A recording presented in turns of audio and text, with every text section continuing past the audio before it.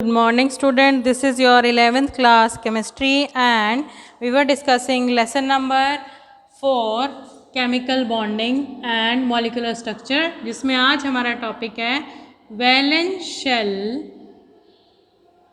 Electron pair repulsion theory.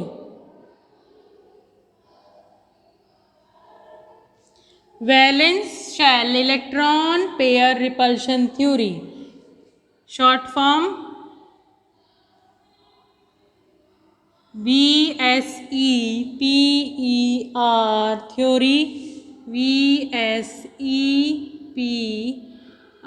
Theory, VSEPR theory. ठीक है, valence shell electron pair repulsion theory, VSEPR theory. तो इसमें क्या है, वैलेंस शेल मतलब जो आउटर मोस्ट शेल है। इलेक्ट्रॉनिक कॉन्फ़िगरेशन लिखते हुए हमने देखा था वैलेंस शेल क्या होती है, आउटर मोस्ट शेल जिसमें इलेक्ट्रॉन प्रेजेंट होता है, सबसे बाहर वाली शेल आपके एटम की। ठीक है, उसमें क्या होता है, इलेक्ट्रॉन पेयर, इलेक्ट्रॉन प्रेजेंट होते हैं, जो प्रेजेंट होते हैं इलेक्ट्रॉन वो क्या करते हैं, रिपल्शन होती है उसमें।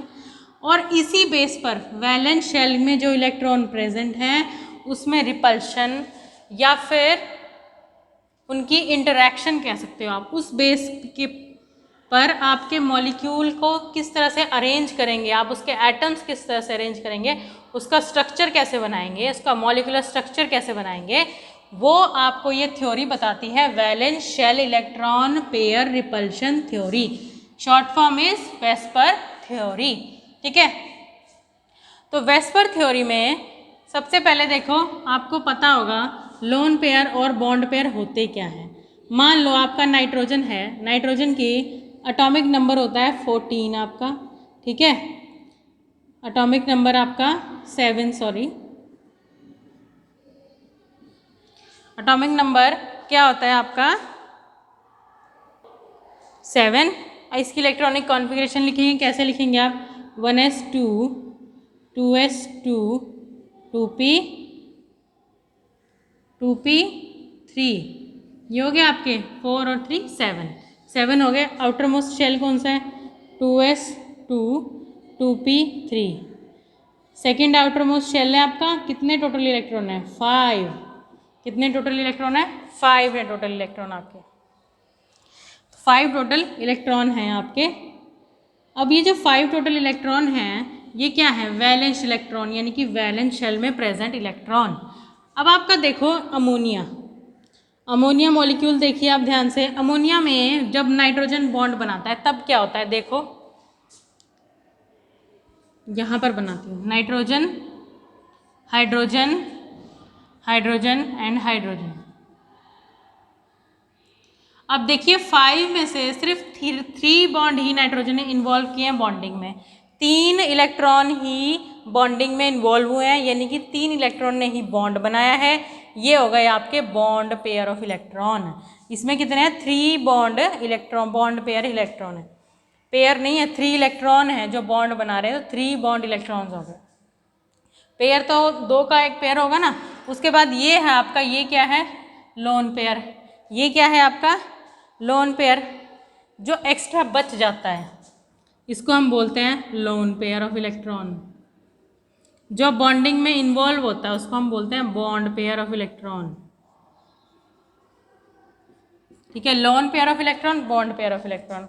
अब ये जो लोन पेयर और बॉन्ड पेयर इलेक्ट्रॉन हैं, इनके बेस पर मॉलिक्यूल किस तरह से अरेंज किया जाएगा, ठीक है, कि उसमें मैक्सिमम स्टेबिलिटी आ जाए। क्या आ जाए, maximum stability.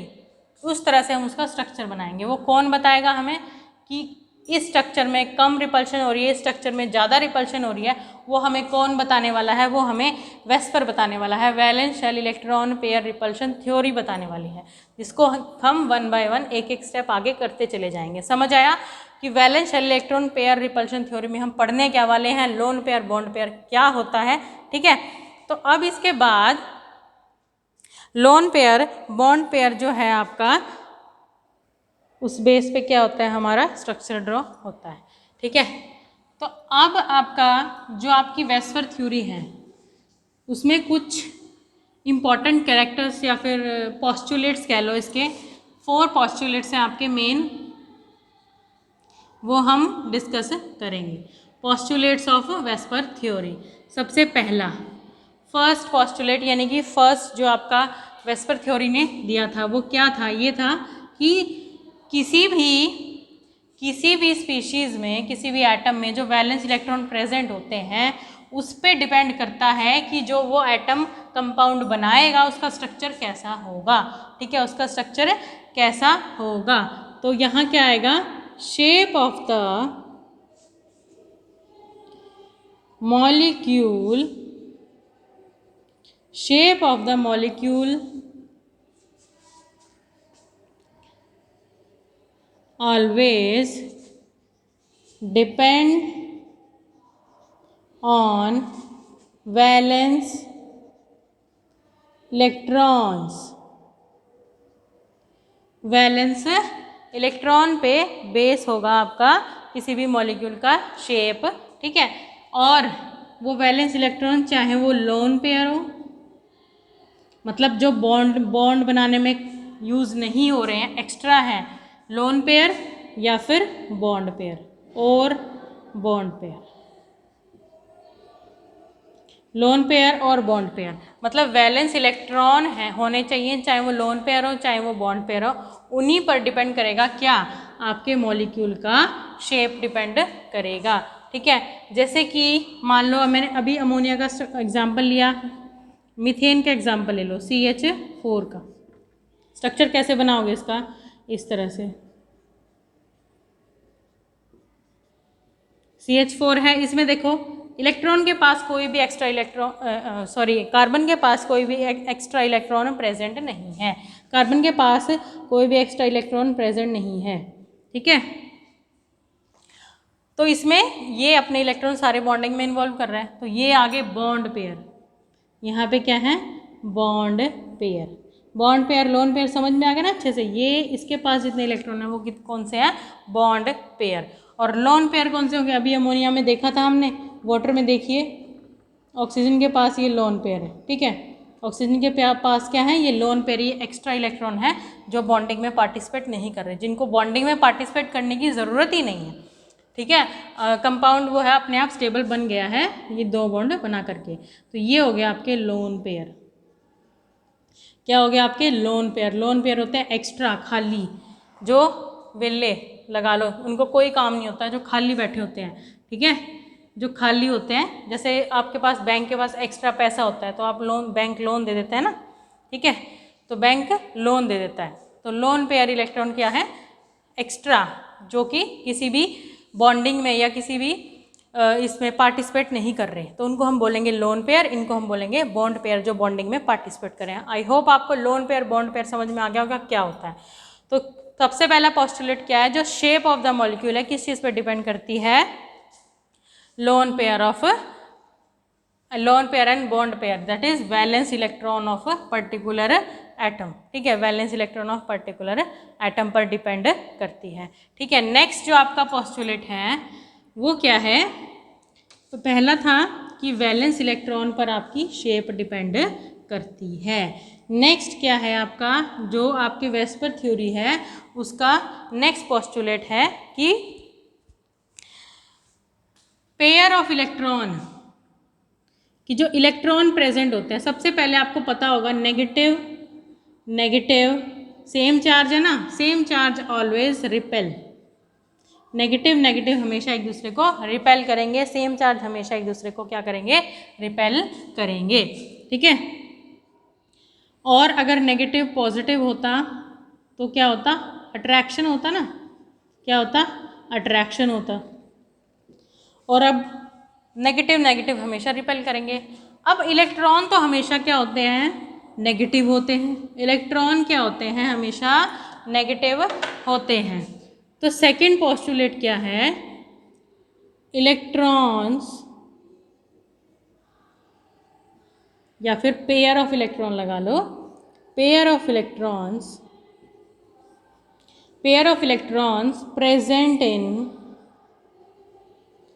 Pair of electron present in valence shell, pair of electron present in valence shell will always repel each other, will always repel each other, repel करेंगे, repel each other, repel means धक्का देना, एक दूसरे को धकेलना, ठीक है, repel each other नफरत करना एक दूसरे से, repel each other, ठीक है, क्या करेंगे ये रिपल्शन होगा और they will repel each other. तो इसमें एग्जाम्पल देखिए जरा, आपके इसका एग्जाम्पल क्या है, अमोनिया का एग्जाम्पल लीजिए आप यहाँ पर, अमोनिया का यहाँ डायग्राम देखिए, ये अमोनिया के पास लोन पेयर प्रेजेंट है, हाइड्रोजन हाइड्रोजन और ये आपका हाइड्रोजन, ये लोन पेयर है ना, ये जो लोन पेयर है ये आपका, ठीक है, ये भी वैलेंस शेल है, ये जो बॉन्ड बना रहे हैं ये भी वैलेंस शेल है, तो इनके बीच में क्या होगा, रिपल्शन होगा, क्या होगा, आपस में रिपल्शन होगा। तो बॉन्ड पेयर रिपल्शन हो सकता है, लोन पेयर रिपल्शन, या फिर लोन पेयर रिपल्शन। कहने का मतलब है सेकेंड पोस्टुलेट में से आपको सिर्फ इतना पता होना चाहिए, नेगेटिवली चार्ज है, वैलेंस इलेक्ट्रॉन सारे के सारे नेगेटिवली चार्ज है, इलेक्ट्रॉन नेगेटिवली चार्ज होता ही होता है, तो क्या होगा, जितने इलेक्ट्रॉन प्रेजेंट है वैलेंस शेल में सारे के सारे क्या करेंगे, रिपेल करेंगे एक दूसरे को, ठीक है, they will repel each other. यहाँ क्या होगा, यहाँ रिपल्शन हो गया, यहाँ रिपल्शन होगा, यहाँ रिपल्शन होगा, ठीक है, यहाँ होगा, ठीक है, जितने भी इलेक्ट्रॉन और प्रेजेंट आउटर मोस्ट शेल में, चाहे वो बॉन्ड बना रहे हैं चाहे वो बॉन्ड नहीं बना रहे, सारे क्या करेंगे, रिपेल करेंगे एक दूसरे को, ठीक है। जो थर्ड पोस्टुलेट है वो हम नेक्स्ट टाइम डिस्कस करेंगे। यहाँ तक दो जो पोस्टुलेट हुए वेस्पर थ्योरी के वो आपको रिवाइज करने हैं, ठीक है, साथ साथ रिविजन करेंगे तो आपको भी ईजी रहेगा। Thank you and have a nice day.